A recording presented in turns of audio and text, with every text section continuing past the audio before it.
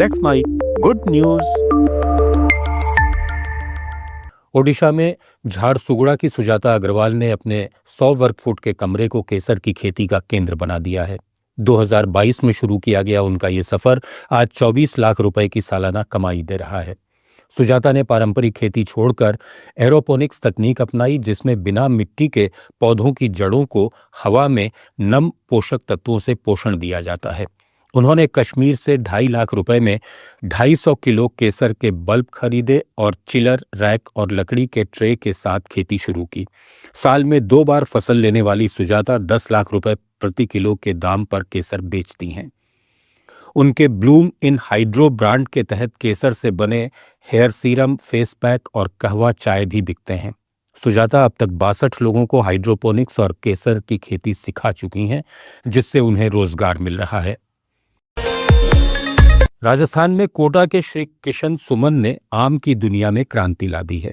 इन्होंने 2000 में अपने बगीचे में एक अनोखा आम का पेड़ देखा जो साल में 3 बार फलता था। 15 साल की मेहनत के बाद इन्होंने सदाबहार आम की किस्म विकसित कर डाली। ये बौना पेड़ साल भर फल देता है, रोग प्रतिरोधी है और गमलों में भी उग सकता है। इसका स्वाद लंगड़ा जैसा मीठा और गूदा केसरिया है। किशन ऐसे अब तक 6000 से ज्यादा पौधे बेच चुके हैं। इनका सदाबहार आम राष्ट्रपति भवन के मुगल गार्डन में भी लहलहा रहा है। कुल्लू के कैस गांव में कुंदन सिंह का कुंदन होम स्टे 100 साल पुराना पारंपरिक हिमाचली घर है। ये पत्थर, लकड़ी और मिट्टी से बना है। कुंदन, उनकी पत्नी कला और 3 बच्चों ने इसे मेहमानों के लिए खोल दिया है।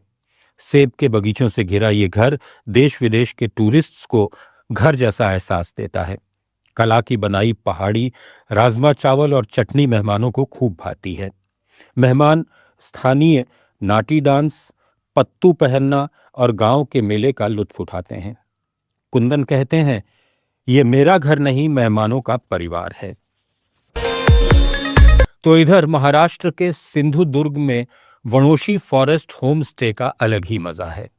ये प्रकृति का अनमोल तोहफा है। प्रवीण देसाई का ये होम स्टे पश्चिमी घाट के जंगलों में बसा है, जहां तिलारी नदी और हजारों तितलियां मेहमानों का स्वागत करती हैं। पत्थर, लकड़ी की कोंकणी शैली का घर, ताज़ा मालवणी खाना और बटरफ्लाई गार्डन इसे खास बनाते हैं। यहाँ आप जंगल ट्रेल, पक्षी दर्शन और तिलारी नदी में डुबकी का मजा ले सकते हैं। प्रवीण कहते हैं, यहाँ प्रकृति आपका परिवार है। शहर की भागदौड़ से दूर ये शांति का ठिकाना है। ओडिशा में कटक के पद्मश्री सम्मानित डी प्रकाश राव ने 50 साल तक चाय बेचकर आशा ओ आश्वासना स्कूल चलाया, जो 80 गरीब बच्चों को मुफ्त शिक्षा देता था। 2021 में उनके निधन के बाद उनकी बेटी भानुप्रिया ने विदेश की नौकरी छोड़ दी और पिता का सपना संभाला। वो रोज बच्चों को पढ़ाती हैं, किताबें और खाना देती हैं। भानुप्रिया कहती हैं कि पापा का मिशन मेरी जिम्मेदारी है। उनके स्कूल ने सैकड़ों बच्चों को स्कूल कॉलेजेस तक पहुंचाया है। लॉकडाउन ने सब कुछ बंद कर दिया और उत्तराखंड के अल्मोड़ा जिले के चानोली गांव में ऑनलाइन पढ़ाई का नामो निशान नहीं था, लेकिन कल्याण मानकोटी नाम का एक नौजवान हार मानने वालों में से नहीं था। उसने गांव के खेतों, छतों और मंदिर के आंगन को स्कूल बना डाला। अपनी जेब से किताबें और पेंसिलें लाया और बच्चों को मुफ्त पढ़ाना शुरू किया। कल्याण की क्लास में गणित के साथ हंसी मजाक भी खूब चलता था।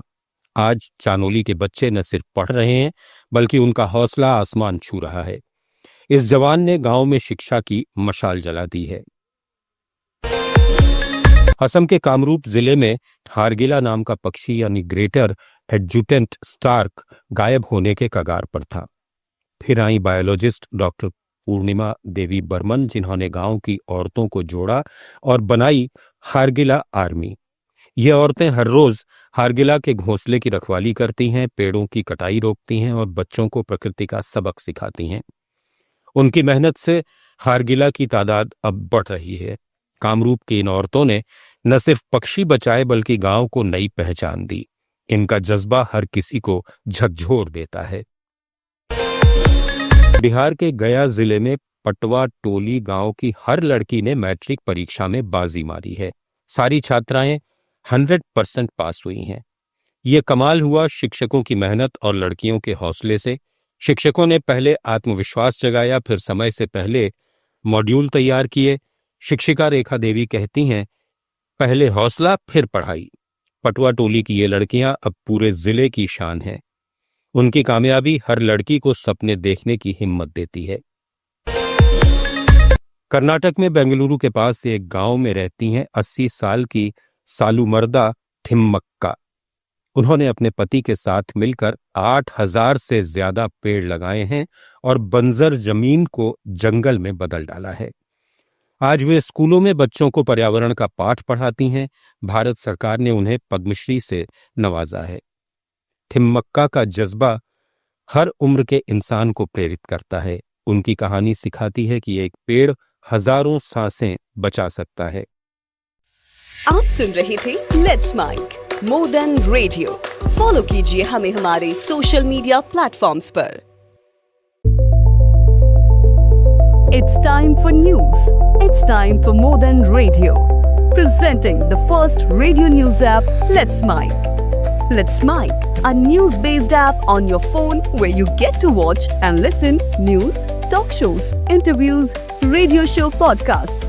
On Let's Mic, you get all relevant information of TV, print, radio, podcast, and digital. Let's Mic talks about every segment of life. Download the app now from Play Store. Available both on Android and iOS mobile phones. Follow us on YouTube, Instagram, Twitter, LinkedIn, Facebook, Telegram, WhatsApp, Snapchat. Let's talk, let's connect, and let's mic.